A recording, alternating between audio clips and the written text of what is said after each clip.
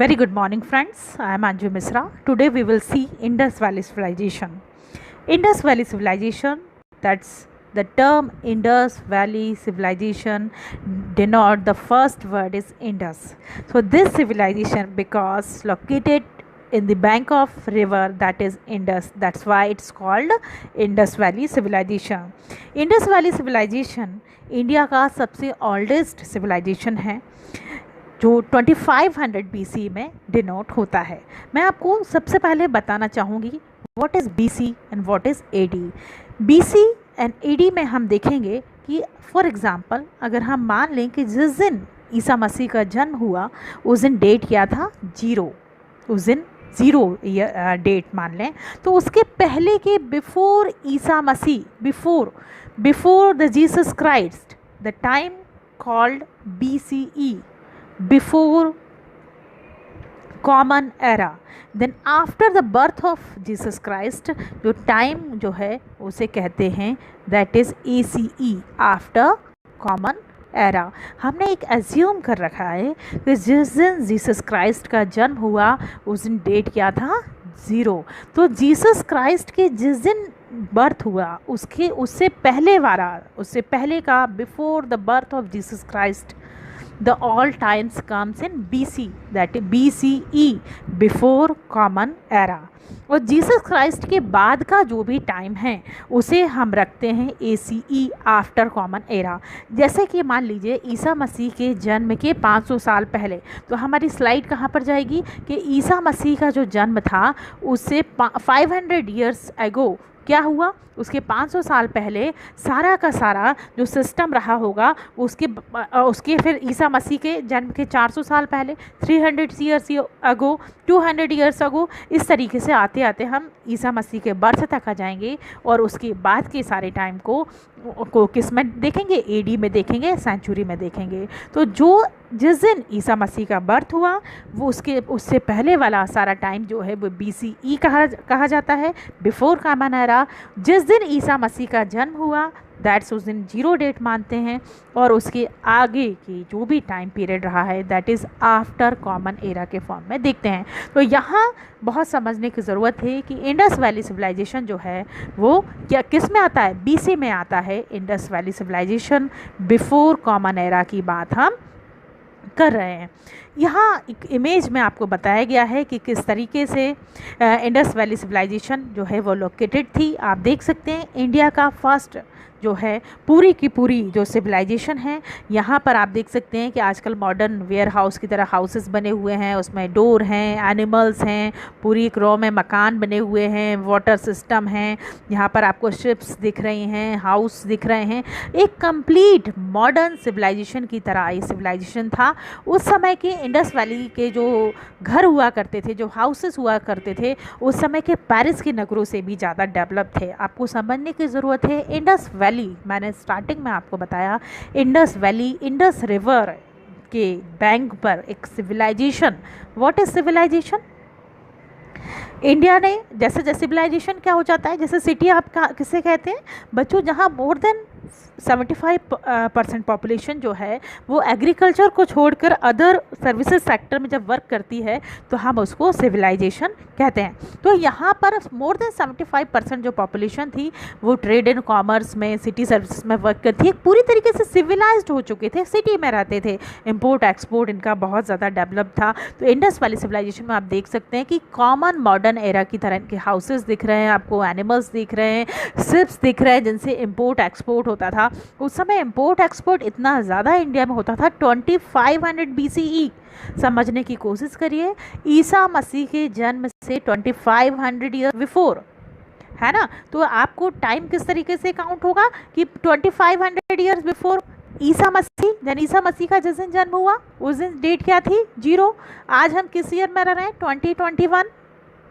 तो टाइम कितना हो गया, अप्रॉक्स 2000, 20,000, 4500 कितना हो गया, 4521 ईयर्स बिफोर की बात कर रहे हैं। आज से लगभग 4521 ईयर्स बिफोर इंडिया कैसा था, इंडिया में एक सिविलाइजेशन पाई जाती थी, that's called Indus valley civilisation. और वो सिविलाइजेशन जो थी वो पूरी तरीके से इस तरीके से डेवलप थी कि वहाँ की जो सिटीज़ होती थी वो उसमें इंपोर्ट एक्सपोर्ट होता था। तो और वो उस समय के उनका जो आर्किटेक्चर था वो उस समय के पेरिस के नगरों से भी ज़्यादा डेवलप था। इंडस वैली सिविलाइजेशन, मैंने आपको बोला इंडस वैली, इंडस रिवर के बैंक पर ये सिविलाइजेशन डेवलप हुआ था। आज से लगभग 4500 प्लस ईयर्स एगो की बात हो रही है। एक एंसेंट सिविलाइजेशन है, इंडिया का गोल्डन डायमंड एरा है, जिसमें आज से 4500 बिफोर भी इंडिया में सिविलाइज्ड था, एक अर्बन सिटी थी, है ना। तो एक अर्बन सिटी, आज भी भारत एक क्या है, एक रूरल कंट्री है, हम आज भी एक ग्रामीण देश हैं, लेकिन उस समय का जो इंडस वैली था वो एक अर्बन सिटी था। उस समय के जो नगर थे, जो सिटीज़ थी, उनकी तुलना उसको कंपेयर में पेरिस के नगरों से ज़्यादा डेवलप हुआ करती थी। अनफॉर्चुनेटली ये पूरा का पूरा डिक्लाइन हो गया कुछ नेचुरल डिजास्टर के कारण, जैसे कि हम देखते हैं आज कोविड-19 आया हुआ है, तो किस तरीके से हमारे जो रोड्स एकदम फुल क्राउडेड होते थे, आज पूरी तरीके से खाली हो गए। ऐसा कुछ नेचुरल डिजास्टर आया, मे बी इट्स साइक्लोन और जो है कोई डिजीज़ पैंडेमिक, इस तरह का कुछ आया कि पूरा का पूरा सिविलाइजेशन जो है वो डिक्लाइन हो गया और वैदिक एरा से हमने जीरो से स्टार्ट किया। तो इंडस वैली सिविलाइजेशन जो है वो इंडिया का सबसे ओल्डेस्ट सिविलाइजेशन है, जिसके नगरों की तुलना उस समय के पेरिस के नगरों से की जाती थी। आज से 4500 ईयर्स बिफोर, लगभग 4500 साल पहले की बात है, जो बहुत ही डेवलप सिविलाइजेशन था, जो इंडस रिवर के बैंक पर था, इसलिए उसे इंडस वैली सिविलाइजेशन कहा जाता है। अब हम देखते हैं ancient civilization. All the major ancient cities were established along the bank of major river. सिर्फ इंडस वैली नहीं, पूरे वर्ल्ड में उस समय जैसे मेसोपोटामिया की सभ्यता है, इजिप्ट सिविलाइजेशन है, इसके नॉर्थ में मेसोपोटामिया था, पर्सिया था जिसे हम एट प्रेजेंट ईरान के फॉर्म में देखते हैं। फिर हम आ जाएं इजिप्ट, अफ्रीका में, यहाँ पर सिविलाइजेशन थी जिसे मिस्र की सभ्यता इजिप्ट सिविलाइजेशन के फॉर्म में आप जानते हैं। ये सारे के सारे सिविलाइजेशन जो हैं एक पैरेलल हैं। उनमें से एक इंडिया में था, that was Indus valley civilisation, जो किसी ना किसी बैंक, रिवर बैंक के आसपास बसे हुए थे। क्यों ये सारे सिविलाइजेशन किसी रिवर्स के बैंक पर थे? क्यों? क्योंकि जो वाटर था वो एसेंशियल चीज़ों में से था, चाहे एग्रीकल्चर करना हो, चाहे लाइवलीहुड की चीज़ें हों। बिन पानी सब सून, बिना पानी के, बिना वाटर के कोई लाइफ नहीं है। इसलिए सारे लोग स्टार्टिंग में ह्यूमन ने जो इस्टेब्लिश होना शुरू किया, पूरे वर्ल्ड में जितने भी सिविलाइजेशन आप देखते हैं, चाहे मेसोपोटामिया का सिविलाइजेशन हो, इजिप्ट सिविलाइजेशन हो या इंडस वैली सिविलाइजेशन हो, ये किसी ना किसी रिवर के बैंक पर established हैं। The abundance of agriculture due to fertile land helped the civilization to thrive. मैंने आपको बताया बहुत बड़ी मात्रा में वहाँ पर अच्छा फर्टाइल लैंड मिल सकता था, वाटर फैसिलिटी मिल सकती थी, इसलिए पूरे वर्ल्ड के सिविलाइजेशन जो अराउंड 5000 ईयर अगो के हैं, 4000 प्लस ईयर अगो के इस्टेब्लिश हैं, वो किसी न किसी रिवर बैंक पर इस्टेब्लिश थे। There is no credible evidence to establish any one civilization as the earliest first civilization to have been established, though it is widely assumed that the earliest civilization was in Mesopotamia. यह माना जाता है कि Mesopotamia की जो civilisation था बहुत ही oldest है। हम बात करते हैं अब इंडस वैली सिविलाइजेशन की, जो इंडिया के नॉर्थ वेस्ट में था, इंडिया पाकिस्तान वाले एरिया पर बहुत ही डेवलप सिविलाइजेशन था। आज से 4500 ईयर एगो की बात है। किस तरीके से था, हम इसकी एक एक चीज़ को देखेंगे। Let's have a look on Indus valley. Indus Valley civilization was an ancient civilization, yes, we all know this, that thrived along the course of Indus River in the northwestern part of Indian subcontinent. Indian subcontinent के northwestern part पे था, मैं आपको ये चीज़ बता चुकी हूँ. It was also the period of bronze age. Bronze age हो, आपको मालूम है इंडियन जो सिविलाइजेशन है, जो ह्यूमन सिविलाइजेशन है, उसके द्वारा सबसे पहले the first use metal was bronze. तो इस एरा में बहुत ज़्यादा जो मेटल यूज़ किया जाता था वो कौन सा मेटल था इंडस वैली में? That is bronze. That's why this era called bronze age. Is it clear? It is also referred to as an Harappan civilization. Harappa and Mohenjo-daro was the big places, big sites that discovered in Indus Valley. That's why it is called Harappan civilization also. Owing to the fact that civilization was first discovered in 1921 at the modern site of Harappa, situated in the Punjab province, Punjab of current day of Pakistan. जो वहाँ पर एक site है, एक place है जिसको नाम हमने 1921 में डिस्कवर्ड किया है, वो उस प्लेस का नाम हड़प्पा है। That's why Indus valley also called Harappan civilisation also. और वो कहाँ लोकेटेड है आपसे पूछा जाएगा सबसे पहले, बच्चों उसको कब खोजा गया, कब डिस्कवर्ड किया गया? That is in 1921। कहाँ पर लोकेटेड है हड़प्पा? That is Punjab. कौन सा वाला पंजाब? कुछ पंजाब का पार्ट जो है वो इंडिया में है, कुछ एट प्रेजेंट पाकिस्तान में है, जो 1947 में हमसे अलग हो गया है। तो उस पंजाब पाकिस्तान में है जो at present current located at Pakistan. Time duration of Indus valley civilisation, देखिए जब एक साइट होती है हिस्ट्री में, उस साइट को क्या किया जाता है, उस साइट को डिस्कवर किया जाता है। 1921 में इसको खोजा गया।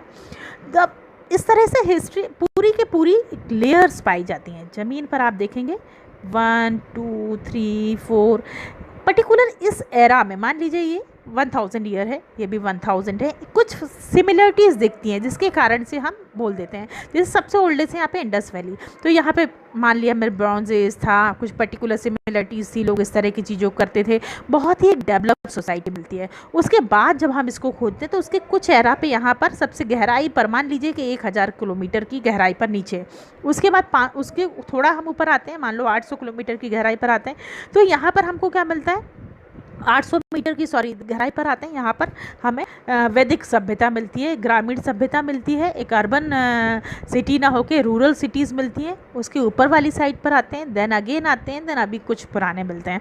इट मीन्स एक स्टेज बाय स्टेज क्या होता है, हमको डिफरेंट फीचर्स देखने को मिलते हैं जिसके आधार पर, जिसके बेस पर हम बोल देते हैं कि अलग अलग एरा को डिनोट करते हैं। मान लीजिए यहाँ से यहाँ तक का जो एरा है 500 ईयर्स है, उसके कुछ स्पेशल फीचर्स होंगे, यहाँ से यहाँ तक के एरिया के कुछ स्पेशल फीचर्स होंगे, यहाँ से यहाँ तक के 1000 ईयर्स के कुछ स्पेशल फीचर्स होंगे।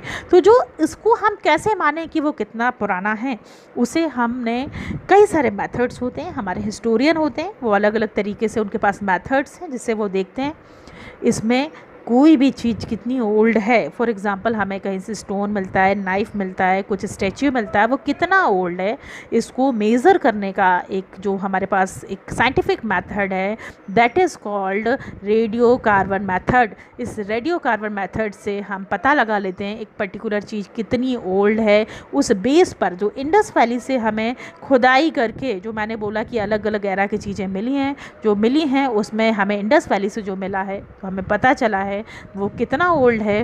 तो 2500 से 1750 BC के टाइम पीरियड का है। मैंने आपको बताया ईसा मसीह के जन्म से 250 to 2500 years ago.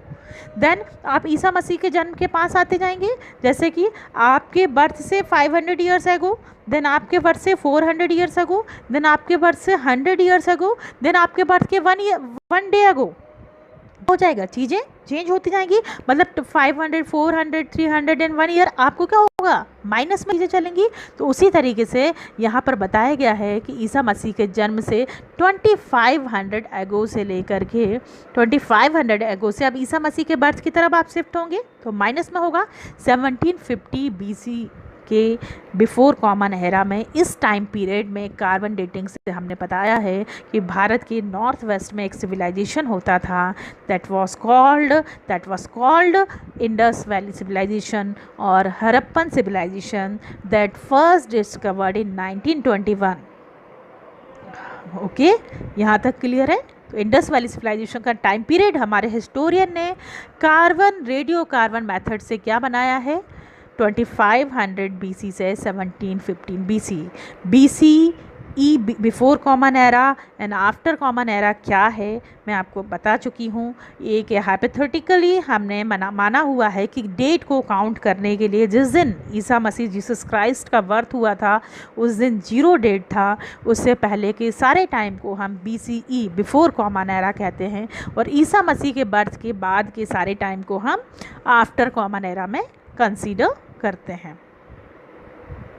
Indus valley civilisation, town planning. Indus valley civilisation जो वर्ल्ड के ओल्डेस्ट सिविलाइजेशन में आता है, इंडिया का सबसे ओल्डेस्ट है, उसके मेन फीचर्स क्या थे, किस तरीके से दिखता था वो। सिविलाइजेशन तो था, लोग सिविलाइज्ड थे, इंपोर्ट एक्सपोर्ट करते थे, तो उनकी जो सिविलाइजेशन की इंपॉर्टेंट कैरेक्टरिस्टिक जो सबसे मेन है सिविलाइजेशन का, अगर आपसे कोई आपसे पूछे what is the main important characteristic of Indus valley civilisation, you must know this, that was a town planning. कई बार IAS IPS PCS के एग्ज़ाम में इस पर क्वेश्चंस आए हुए हैं जो आपको पता होना चाहिए। द मेन इंपॉर्टेंट कैरेक्टरिस्टिक आपके इंडस वैली सिविलाइजेशन का था that was a town planning.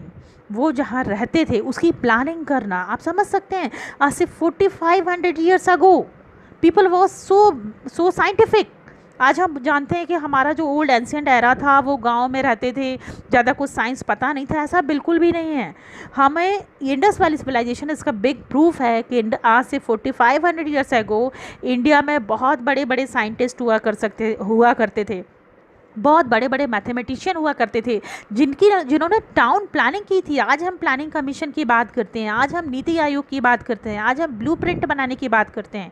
आज भी आप देखें कुछ साइक्लोन या कुछ आ जाए तो अभी बंगाल में प्रेजेंट में क्या हालात हैं, क्या सिचुएशन क्रिएट हो रही है, क्या सीन क्रिएट हो रहा है, सब जगह पानी पानी हो जा रहा है। हमारा ड्रेनेज सिस्टम आज 21st सेंचुरी में उतना डेवलप नहीं है, पर इंडस वैली सिविलाइजेशन में 4500 ईयर्स अगो वहाँ का आप जो सिस्टम था, जो टाउन प्लानिंग थी, that was so scientific, so well managed, the water drainage system was very well managed. तो आप देखते हैं कि इंडस वैली सिविलाइजेशन का जो मेन फीचर्स था, किस तरीके से वो लोग रहते थे सिविलाइज तरीके से, उनका जो मेन फीचर था that was a town planning. Town planning. The number 1 was town planning was the hallmark of Harappan culture.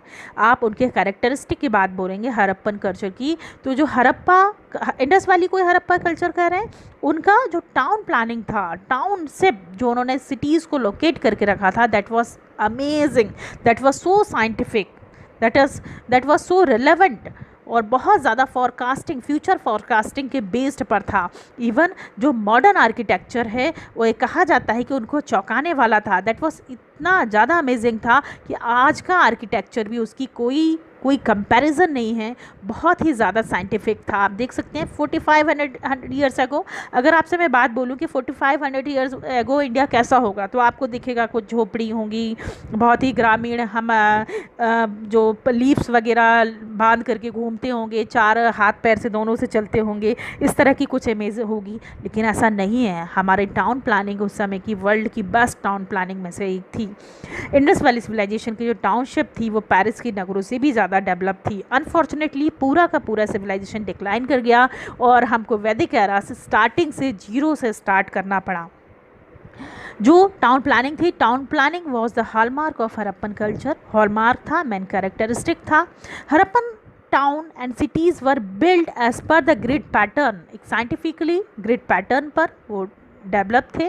सड़कें एक दूसरे को जो हैं वो प्रॉपर एक जगह साइंटिफिकली एक दूसरे पर टर्न होती थी, एक दूसरे से प्रॉपर साइंटिफिक ग्रिड पैटर्न के अकॉर्डिंग टर्न होती थी। Drainage system in Indus valley civilisation town was very impressive, और पूरा टाउनशिप में जो ड्रेनेज सिस्टम था वो बहुत ही इम्प्रेसिव था। हर घर से एक ड्रेन जाया करती थी, घर का जो हमारा वेस्टेज वाटर वगैरह होता है वो सारा कुछ उससे जाता था। कहीं कुछ एक मेन होल हुआ करता था जहाँ जाकर वो मिल जाता था। पूरी टाउनशिप मतलब घरों से पानी निकलना, वाटर निकलना और बड़े वाटर टैंक में मिल जाना और प्रॉपर तरीके से एक जगह जाके स्टोर होना, वो उसका प्रॉपर जो है वो उसका जो ड्रेनेज का जो सिस्टम है वो बहुत ही ज़्यादा इम्प्रेसिव था। बर्नड ब्रिक्स, एक जो ब्रिक्स हैं वो बर्नड मिली हैं, पकी हुई ईंटें मिली हैं, ऑफ यूनिफॉर्म साइज़, एक यूनिफॉर्म साइज़ में सिस्टमेटिक हैं। आप इमेज में देख सकते हैं आज भी हम ब्रिक्स कुछ इसी तरीके से बनाते हैं। तो 4500 ईयर अगो इतना अच्छे से साइंटिफिकली जो है वो ब्रिक्स को बनाना, उसे बर्न करना, एक uniform size banana, that was a really very big thing. Were widely use across towns, पूरे के पूरे इंडस वैली के जो टाउन्स मिले हैं वहाँ पे बर्न ब्रिक्स मिली हैं, यूनिफॉर्म साइज में मिली हैं। Large place for communal bath were found as a part of towns, और वहाँ पे लार्ज प्लेसेस भी मिले हैं जहाँ पर लगता है कि कम्युनल बाथ, जैसे कि आज भी हम कुंभ वगैरह का कॉन्सेप्ट देखते हैं। कुंभ में आपने सुना होगा क्या होता है, बहुत सारे लोग, जैसे कि हम देखें कि उज्जैन में छिप्रा नदी में, गंगा नदी में, अलग अलग जगह पर जो कुंभ का आयोजन होता है वहाँ पर बहुत एक ह्यूज पॉपुलेशन जाती है, अलग अलग उसके मुहूर्त वगैरह होते हैं। वहाँ पर एक कम्युनल है, क्योंकि पर्टिकुलर कम्युनिटी से बिलोंग करता है, हिंदू कम्युनिटी से बिलोंग करता है, और एक ग्रुप बाथ का सिस्टम है, वाटर के होलीनेस का सिंबल है, और वाटर का कम्युनल वे में एक वाटर की प्योरिटी का एक रिचुअल्स जो है आज भी हमें देखने को मिलता है, जो हमें इंडस वैली में मिलता था। जो भी हिंदू रिलीजन्स के ओरिजिन हैं, चाहे वो मूर्ति पूजा हो, ट्री का वर्शिप हो, ये सारी चीज़ें जो हैं इंडस वैली से, स्वास्तिक का चिन्ह हो, ये सारी चीज़ें, वृक्ष पूजा हो, ये सारी चीज़ें हमें ट्री वर्शिप वगैरह भी इंडस वैली में देखने को मिलती है।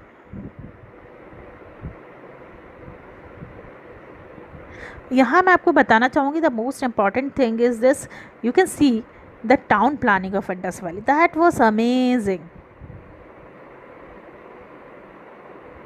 आप देख सकते हैं पिक्चर में किस तरीके से घरों को बनाया गया है, ऊपर डिज़ाइन की गई है, ब्रिक्स बर्न्ड है, बीच में एक ड्रेनेज सिस्टम गया हुआ है जहाँ से पानी वगैरह जा रहा है, एक प्रॉपर विंडोज़ हैं, लाइन से एक सीक्वेंस में घर बने हुए हैं, आप देख सकते हैं एक प्रॉपर डिस्टेंस पर रूट्स बने हुए हैं। इस तरीके से इन्होंने एक बहुत ही अमेजिंग 4500 ईयर्स एगो बहुत बड़ी बात थी, इतना मैथमेटिक्स और प्लानिंग करना जो हमें इंडस वैली में देखने को मिलती है। यूपीएससी के एग्जाम में क्वेश्चन पूछा गया है एक बार, बच्चों आपको ध्यान रखना चाहिए, दैट इज़ वेरी इंपॉर्टेंट, कि कॉटन प्लांट सबसे पहले इंडिया में कहाँ पाया गया, किसको इसका क्रेडिट किस सिविलाइजेशन को मिलता है, दैट इज़ कॉटन। सबसे पहले कॉटन जो हमें जो खुदाई में जो चीज़ें मिली हैं उसमें एक बड़ी सी मूर्ति है जो कॉटन का एक कपड़ा जो है लपेटे हुए है, हमें मोहनजोदाड़ो से मिली है, दैट इज़ कॉटन प्लांट सबसे पहले यूज्ड जो है वो पाया गया है इंडस वैली सिविलाइजेशन में, बहुत इंपॉर्टेंट है। यहाँ पिक्चर्स आप देख सकते हैं किस तरीके से एनिमल्स फार्मिंग आपको दिख रहा है, आपस में वॉर की कंडीशन भी मिल रही है, आपस में कोऑर्डिनेशन भी मिल रहा है, बर्ड्स दिख रहे हैं, इसको इंडस वैली सिविलाइजेशन में देखा गया है, कॉटन देखा गया है, बहुत ही अच्छे आप देख सकते हैं। यहाँ पर एक वेल है, उसके आसपास कुछ लोग खड़े हुए हैं, बड़े बड़े पॉट हैं, इन सबको इतने अच्छे, इतने बहुत अच्छा आर्किटेक्चर, बहुत अच्छा आर्ट एंड क्राफ्ट, बहुत ज़्यादा डेवलप था इंडस वैली सिविलाइजेशन में। रूट्स आप देखिए, इंडियन सिविलाइजेशन जो थी, earlier civilization in Indus valley was discovered in 1856 by railroad crew Harappa Mohenjodaro. Mohenjodaro का वर्ड है hill of the dead, Mohenjodaro एक प्लेस है, मैं अभी आपको बताऊंगी मैप पर। मोहनजोदारो को हिल ऑफ द डेड कहा जाता है। Both site shared urban design and architecture features, जो बिग साइट्स मिली है, the number 1 is Mohenjodaro, the number 2 is Harappa. इन दोनों को ही यहाँ पर एक अर्बन कल्चर हमें देखने को मिलता है, इसको आप मैप पर देख सकते हैं किस तरीके से उस समय का, आज से 4500 ईयर अगो लगभग इंडिया में जो हरप्पन सिविलाइजेशन किस तरीके से था वो आप देख सकते हैं। देखिए जो भी येलो पार्ट दिख रहा है बेटा, ये पूरा का पूरा इंडस वैली सिविलाइजेशन के एरिया को डिनोट कर रहा है। आपको दिख रहा है यहाँ पे आपका कश्मीर, यहाँ पे आपको दिख रहा है गुजरात, नीचे महाराष्ट्र से टच कर रहा है, और यहाँ पर आप देख रहे हैं वर्तमान पाकिस्तान जो इंडिया का ही पार्ट हुआ करता था। इस कंप्लीट एरिया में इंडस वैली सिविलाइजेशन हमको देखने को मिलता है। यहाँ पर एक ये जो रेड कलर से प्लेस बना हुआ दैट इज़ मोहनजोदाड़ो, है ना। फिर आप देखते हैं, फिर दूसरा जो प्लेस है ये लोथल, ये गुजरात वाला एरिया है जो पोर्ट हुआ करता था, पूरा का पूरा अरेबियन सी से यहाँ से इनका क्या होता था, इंपोर्ट एक्सपोर्ट हुआ करता था। कालीबंगा जो आपके राजस्थान में है, हड़प्पा, अलग अलग साइट्स आपको देखने को मिलती हैं। ये इंडस रिवर है, आप देखेंगे या 5 नदियों का संगम है पूरी तरीके से, जो इंडिया और पाकिस्तान में बहती हैं। ज़्यादा पार्ट इनका पाकिस्तान में है। हड़प्पा साइट है। आप देखेंगे इस तरीके से, जो येलो पार्ट में आप देख रहे हैं, इसको अच्छे से समझें। ये इंडस वैली सिविलाइजेशन का उस समय का पूरा ये एरिया में इंडस वैली सिविलाइजेशन पाई जाती थी। ऊपर जम्मू कश्मीर से नीचे महाराष्ट्र में दायमाबाद, पश्चिम में आप देखेंगे, और यहाँ थोड़ा सा यूपी वाले एरिया तक यहाँ से आते हुए इंडस वैली सिविलाइजेशन था, जिसका जो बड़ा सा प्लेस है मोहनजोदाड़ो, जहाँ पर ये यहाँ पर लोकेटेड था। अलग अलग प्लेस हैं, लोथल है, अरेबियन सी में है, और यहाँ पर ये इंडस रिवर जो है वो आ रही है। इसे आप मैप पे देखेंगे तो अच्छे से आपको क्लियर होगा।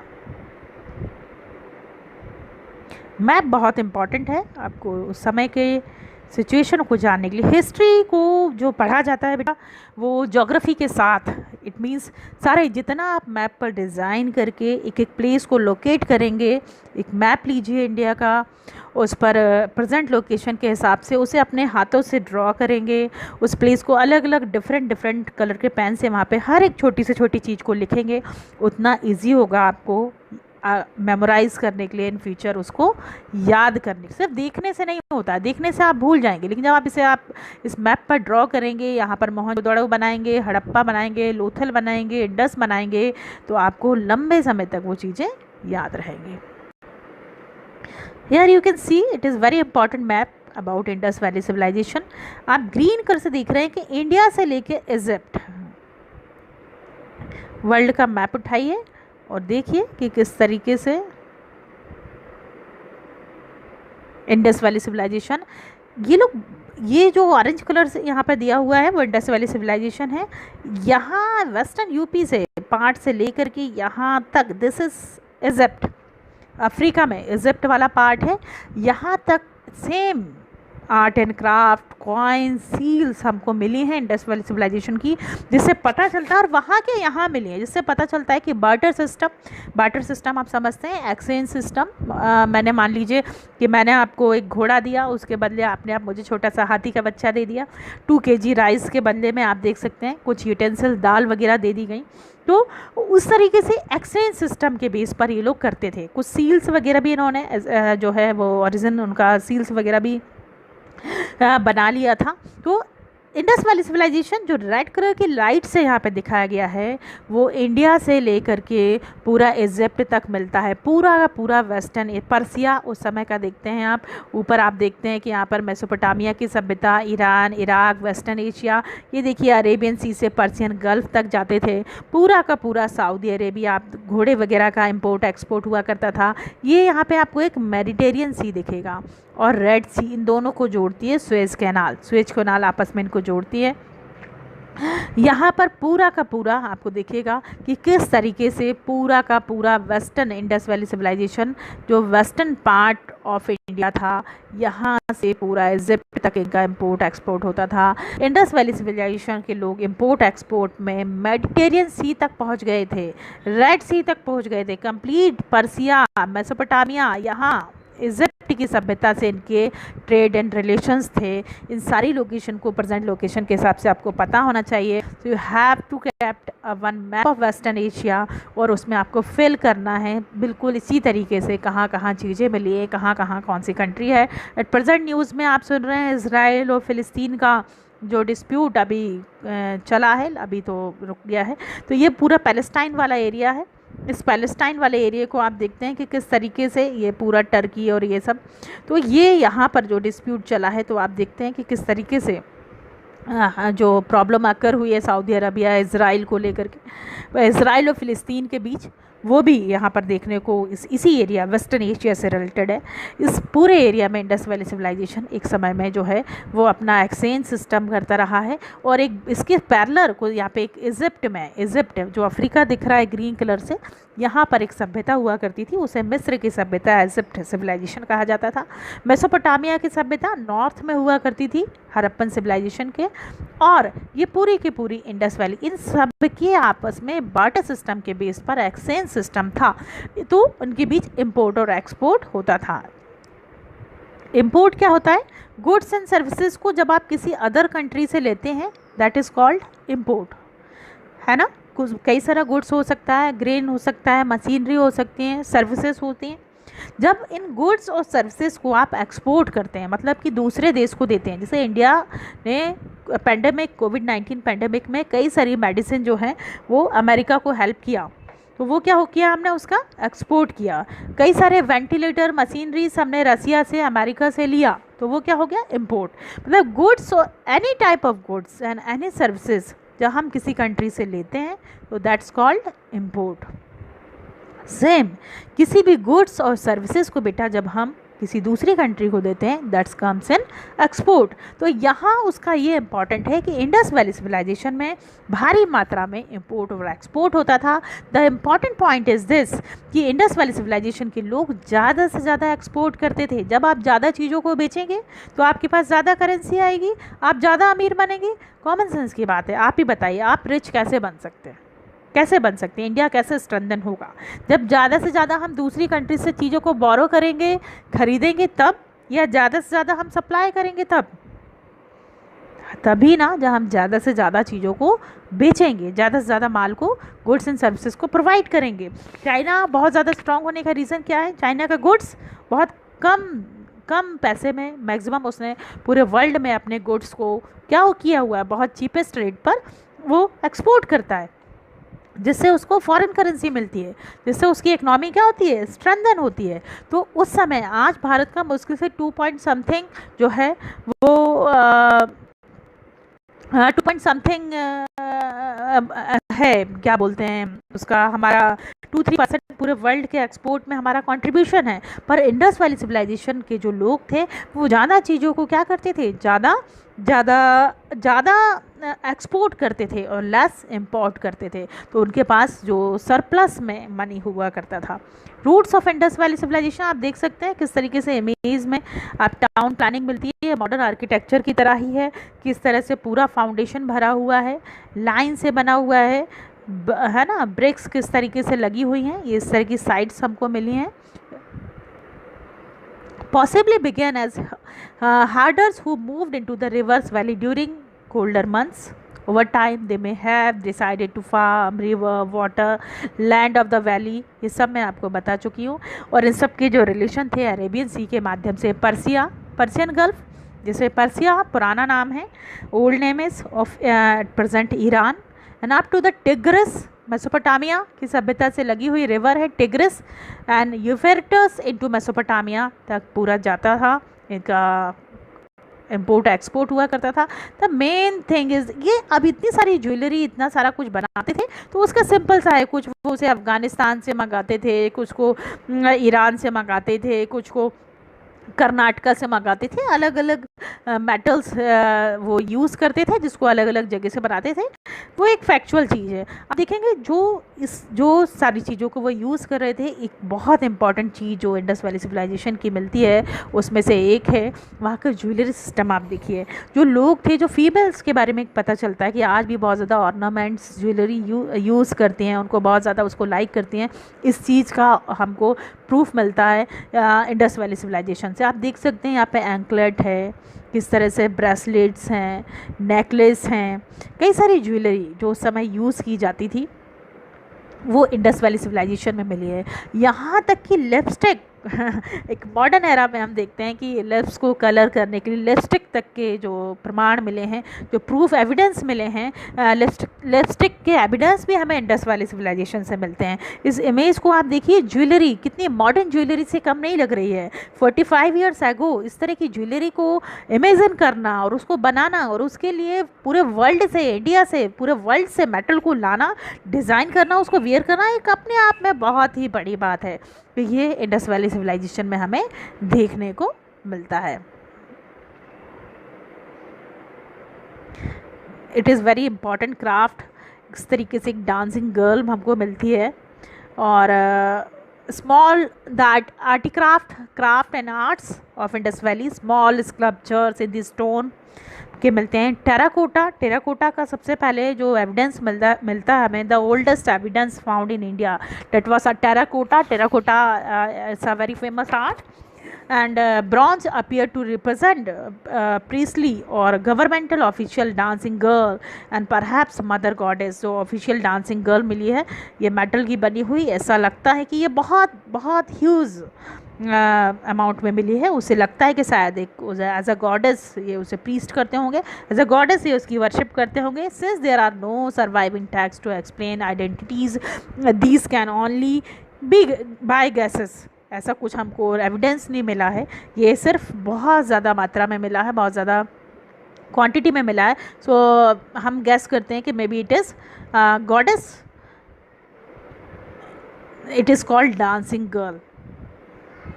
The arty craft and art, आपने देखा होगा आज भी हम गांव में हमारे विलेजेस में दिखते हैं। एक बुलॉक कार्ट्स का हमको मिलता है, बुलॉक कार्ट्स मिलता है। जो बुलॉक कार्ट्स है जिसे कॉमन लैंग्वेज में हम कहते हैं बैलगाड़ी, ये कॉन्सेप्ट भी हमको एक उसमें हम देखते हैं इंडस वैली में मिलता है। Dies in small sculpture of bullock carts were probably use as toys and games. लगता है कि टॉयज़ के फॉर्म में, गेम्स के फॉर्म में ये यूज़ होते थे, आप इमेज में देख सकते हैं इंडस वैली में। The first known use of the cotton as a fibre for weaving textile occurred in Indus valley. मैं आपको बता चुकी हूँ कि इंडस वैली में ही सबसे पहले फाइबर कॉटन, इंडिया का पेटेंट है, कॉटन पर हमारा पेटेंट है, जिसके एविडेंस हमें इंडस वैली से मिलते हैं। आप देख सकते हैं इस इमेज में, इमेज भी आपको बहुत कुछ बताती है कि 45 ईयर्स एगो ये मॉडर्न आर्ट एंड क्राफ्ट से कम नहीं दिख रहा है। किस तरीके से जो है वो हाउस होल्ड चीज़ें हैं वो बनी हुई हैं, और किस तरीके से उन्होंने पूरा इमेज में आप देख सकते हैं कि किस तरीके से पॉट्स बने हुए हैं, व्हील्स बने हुए हैं, है ना। और बैलगाड़ी का एक सिस्टम में भी एक कुछ टॉयज़ के फॉर्म में, और साथ ही साथ टॉयज़ के साथ साथ हमको कम्प्लीटली एक हो सकता है कि एक व्हीकल के फॉर्म में हमको दिखता है। ये 4500 ईयर्स एगो आज भी प्रेजेंट भी आप हमारे गांव में इन चीज़ों को, विलेजेस में इन चीज़ों को देख सकते हैं। Carefully planned city, the image is betterly so that here you can see the very well planned city sites. अब मॉडर्न साइट्स की तरह प्रॉपर किचन, लेट बाथ और सारा कुछ एक प्रॉपर, एक ऐसा लगता है कि एक लैंड को, एक प्लॉट को पूरी तरीके से डिज़ाइन किया गया है। मॉडर्न एरा में भी आप देख सकते हैं कि इस तरह की प्लानिंग होती है। इस तरह की planning, bricks and foundation sites पाए गए हैं 45 years ago Indus valley civilization में। Carefully planned city originated around 2500 BCE before common era. ईसा मसीह के बर्थ से 2500 ईयर्स अगो, आज रह रहे हैं 2021 में, तो around 4521 years ago, 71 years ago की बात कर रहे हैं। Thriving civilization survive for around 500 years.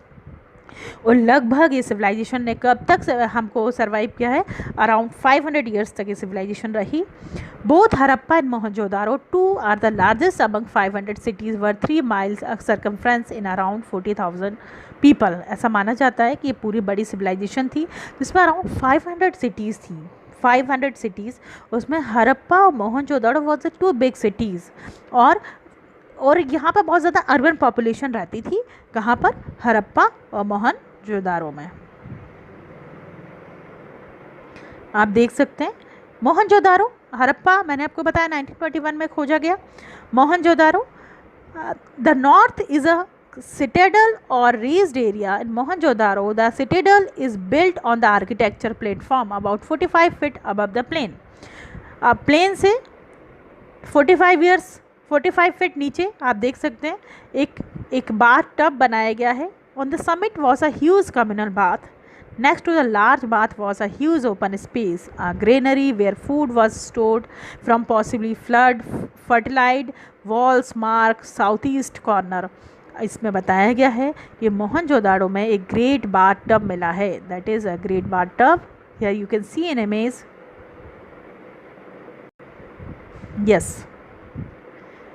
Night पर भी खुद इसको अब डालेंगे great bath tub of Mohenjodaro तो आपको मिलेगा। आप देख सकते हैं here is a great bath tub.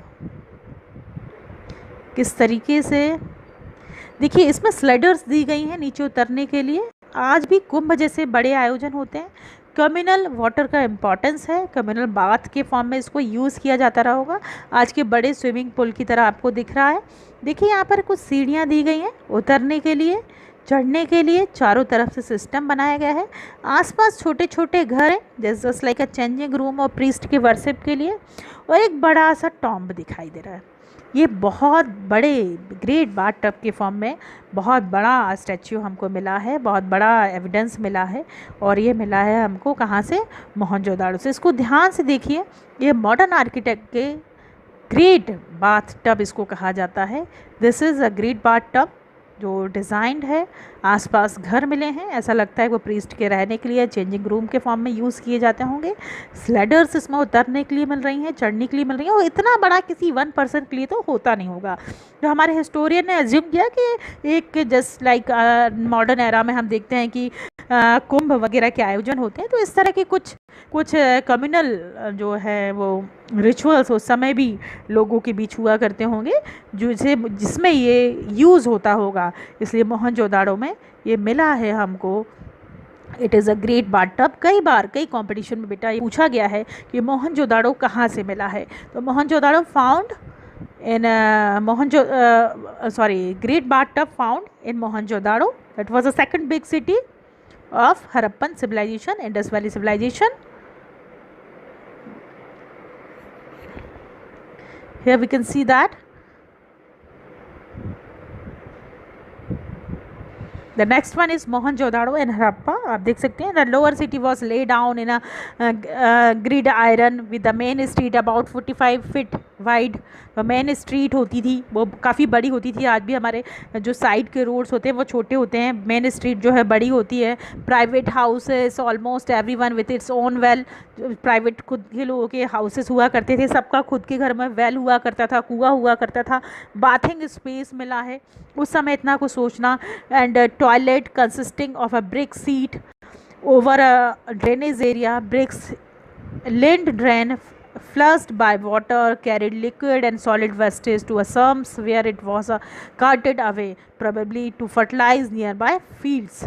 आप देख सकते हैं कि रोड्स हुआ करते थे, बीच में उनका वाटर निकलने का सिस्टम हुआ करता था, एक अलग से स्टोरेज सिस्टम मिले हैं, बड़े बड़े रोड्स मिले हैं, एक दूसरे के पर्टिकुलर पॉइंट्स पर जाकर के वो क्रॉस किया करते थे। कुछ छोटे घर मिले हुए हैं, हर घर में अपना एक कुआं हुआ करता था, वेल हुआ करता था, और एक पर्टिकुलर पॉइंट पर जाकर के क्रॉस हुआ करते थे। एक प्रॉपर सिस्टमेटिक ज्योमेट्री और प्लानिंग का यूज़ किया जाता था। मोहनजोदाड़ो एंड हड़प्पा में इस तरह के the town planning was regular, town planning regular दिखती है। Even fire bricks were uniform and size and shape. जो ब्रिक्स हैं यूनिफॉर्म मिलती हैं, एक जैसी मिलती हैं ब्रिक्स। पकी हुई ईंटें जो बर्न्ट ब्रिक्स का यूज़ किया गया है। The regularity of plan and construction suggested a government with organization and bureaucracy capacity. इतनी अच्छी प्लानिंग, इतना अच्छा सिस्टम, इतना अच्छा इम्पोर्ट एक्सपोर्ट का सिस्टम मिलता है कि हिस्टोरियन एज्यूम करते हैं there was certain some bureaucracy. जिस तरह के आप ब्यूरोक्रेसी में जाने की तैयारी करते हैं, सिविल सर्विसेज की तैयारी करते हैं, गवर्नमेंट आज हम प्रेजेंट एरा में देखते हैं, तो इस तरीके की प्लानिंग से देख के ऐसा लगता है कि definitely there were some system जो था वो अलाइव था, कुछ सिस्टम था वहाँ पर। एक गवर्नमेंट हुआ करती होगी, एक ब्यूरोक्रेसी हुआ करती होगी, एक ब्यूरोक्रेसी जस्ट लाइक एक कुछ कम्युनिटी हुआ करती होगी, कुछ कमेटी हुआ करती होगी जो पूरी सिस्टम को, पूरी प्लानिंग को देखती होगी। और एक गवर्नमेंट का जैसा सिस्टम होता होगा, एक ब्यूरोक्रेसी होती होगी, एडमिनिस्ट्रेशन होता होगा, जैसे हम मॉडर्न सिस्टम में देखते हैं। क्योंकि इतनी बड़ी सोसाइटी, 500 सिटीज़, इतनी बिग सिटीज़, इतनी अच्छी प्लानिंग, इतना अच्छा इम्पोर्ट एक्सपोर्ट सिस्टम डेफिनेटली किसी के द्वारा रूल किया जाता होगा। No monumental architecture clearly mark the presence of a palace और टेम्पल। इंडस वैली सिविलाइजेशन में हम देखते हैं कि सबसे एंसेंट जो हिंदू धर्म जो है हिंदू रिलीजन है, उसके कई सारे, मैंने बोला आपको, जैसे कि मूर्ति पूजा हो गया, है ना, जो हम स्टैच्यू का वर्शिप करते हैं उसको लेकर हो गया, और ट्री का वर्शिप हो गया, कई सारी चीज़ें जो है स्वास्तिक, मार्क ऑफ स्वास्तिक हो गया, ये सारे इंडस वैली में हमें देखने को मिलते हैं। उसके उन सब के बाद भी कोई टेम्पल का इतना कुछ मिला है, तो टेम्पल भी मिल सकता था, लेकिन टेम्पल का कोई स्टैच्यू हमें इंडस वैली सिविलाइजेशन से नहीं मिला है। ये आपको ध्यान रखना है। जनरली कंपटीशन में पूछा जाता है कि क्या वहाँ से टेम्पल मिले हैं, क्योंकि इतनी सारी चीज़ें मिली हैं, तो जनरली बच्चा गैस कर लेता है कि नहीं, इतना कुछ मिला है इंडस वैली से, तो डेफिनेटली हमें टेम्पल भी मिला होगा, क्योंकि बहुत सारे एविडेंस जो हैं वो हिंदू रिलीजन के वो हमको इंडस वैली में देखने को मिलते हैं। लेकिन जो इम्पॉर्टेंट बात है वो ये है कि इंडस वैली में हमको किसी भी टेम्पल का एविडेंस नहीं मिला है। There is a little sign of social stratification in the plan और बिल्डिंग। हमको सोशलिज्म का सोशल स्ट्राटिफिकेशन देखने को मिलता है बिल्डिंग्स में, प्लान में। इसके साथ ही हम देखते हैं, यहाँ आप इमेज में देख सकते हैं कि जो टाउन प्लानिंग से रिलेटेड ये साइट है, आप देख सकते हैं किस तरीके से वाटर सप्लाई एंड ड्रेनेज था। अब क्लियरली दिख रहा है वाटर सप्लाई के लिए प्लेसेस है, ड्रेनेज सिस्टम है, बिग होल है, आप देख सकते हैं वहाँ जाकर के एक ड्रेन जो है उसमें मिल जाती है। एक हर घरों में, जनरली हर घर में वाटर के लिए प्रॉपर सिस्टम होता था, प्रॉपर प्लानिंग होती थी। यहाँ आपको दिख रहा है वेल दिख रहा है, आपको मॉडर्न वेल से कम नहीं दिख रहा है। तो 4500 ईयर्स अगो इतना अच्छा राउंड फॉर्म में वेल तो जनरली सभी घरों में हुआ करता था। नेक्स्ट वन इज़, आप देख सकते हैं यहाँ पर जो बिल्डिंग्स हुआ करती थी, जो हाउसेस हुआ करते थे, वो जनरली बहुत सारे प्लेसेस पे डबल स्टोरी है ना बिल्डिंग्स दिखी हैं। आप देख रहे हैं गेट है इनमें, ऊपर प्रॉपर विंडो का सिस्टम है। ये काफ़ी ख़राब हो जाते हैं, काफ़ी टाइम पीरियड के बाद मिलते हैं, लेकिन उस समय भी जो दिख रहा है आपको उतना पुराना भी नहीं लग रहा होगा, ये 4500 से अगो है। तो डबल स्टोरी बिल्डिंग्स आपको देखने को मिलती हैं, प्रॉपर विंडो सिस्टम मिलता है। ये इंडस वैली की साइट्स मैं आपको दिखा रही हूँ, वेल मॉडर्न वेल से कम नहीं है, ड्रेनेज सिस्टम है, इतनी अच्छी टाउन प्लानिंग थी। यही कारण है कि जो टाउन प्लानिंग है वो इंडस वैली का मेन फीचर है। Trade and commerce, the most important, the next characteristic is trade and commerce. Trade and commerce was flourishing in the Harappan age. Trade and commerce activities were carried on though sea as well as land routes. So import और export, मैंने आपको पहले ही बताया कि जब goods और services को हम किसी कंट्री से मंगाते हैं दैट इज़ इम्पोर्ट, और वही गुड्स और सर्विसेज या कोई और गुड्स और सर्विसेज हम अपनी कंट्री से किसी दूसरी कंट्री को एक्सपोर्ट करते हैं दैट इज़ मतलब देते हैं, दैट इज़ एक्सपोर्ट। तो इंडस वैली सिविलाइजेशन में भारी मात्रा में आपको बताया मैंने, वेस्टर्न एशिया में अरेबियन सी से, लोथल से, पूरा का पूरा मेसोपोटामिया की सभ्यता तक, मेसोपोटामिया सिविलाइजेशन तक आप देख सकते हैं बड़े बड़े कैमल्स हैं, हॉर्सेस हैं, बैलगाड़ी दिखाई हुई है, बड़ा सा शिप दिखाया है इस समुद्र के मीडियम से, और on the route of sea and on the route of land ये वेस्टर्न एशिया में कई सारे सिविलाइजेशन से इनका इंपोर्ट एक्सपोर्ट होता था। तो trade and commerce was very very very very well form में डेवलप था, बहुत अच्छे मात्रा में इंपोर्ट एक्सपोर्ट होता था, क्योंकि सेम सील्स और ग्रेन्स, कई सारे ज्वेलरी जो हमें मेसोपोटामिया की सभ्यता में मिलती है, जो इजिप्ट सिविलाइजेशन में मिलती है, वो इंडस में मिलती है, और जो इंडस में मिलती है वो मेसोपोटामिया और इजिप्ट सिविलाइजेशन वेस्टर्न एशिया में देखने को मिलती है। इससे समझ में आता है कि बार्टर सिस्टम पर बेस्ड इंपोर्ट एंड एक्सपोर्ट करते थे। उस समय तक करेंसी जैसी कोई चीज़ इन्होंने डेवलप नहीं की थी, पर कुछ सील्स मिली हैं जो राउंड हैं, स्क्वायर फॉर्म में हैं, ये हमें देखने को मिलती हैं। तो इंडस वैली में आपने देखा कि ट्रेड एंड कॉमर्स बहुत ज़्यादा डेवलप था, कार्ट्स थे, carriers and animal were means of transport. Animal बैलगाड़ी में आप देख रहे हैं मीन्स ऑफ ट्रांसपोर्ट है। जो इंपोर्ट एक्सपोर्ट हो रहा है वो लैंड से भी हो रहा है और सी से भी हो रहा है। Harappan people had trade relation within India as well as with countries outside India. The Mesopotamia text of the same period referred a trade relation with the Mehlua, which was the ancient name given to Indus region. आपको Mesopotamia के text में देखेंगे तो India वाले reason को क्या कहा है उन्होंने, मेलुआ कहा गया है। With no clear evidence of the currency and money. Clear evidence हमको सील्स मिली हैं, राउंड मिली हैं, स्क्वायर में मिली हैं, पर कोई क्लियर एविडेंस नहीं मिलता है कि मॉडर्न एरा की तरह उन्होंने कुछ करेंसी या मनी को यूज़ किया था। Must have they used they do the water have been through water system. अपने जो ट्रेड एंड कॉमर्स को बार्टर सिस्टम कहते थे। I explain you earlier also. Barter system was एक गुड्स के बदले दूसरा गुड्स दे देना। जैसे एक के पास एलिफेंट है, दूसरे के पास कैमल है, तो वो उसको दूसरे को कैमल, एक पर्सन है उसे कैमल की ज़रूरत है और सेकंड वन को एलिफेंट की ज़रूरत है, तो वो आपस में एक्सचेंज कर सकते हैं। एक के पास राइस है, एक के पास बीन्स है, तो आपस में वो एक्सचेंज कर सकते हैं।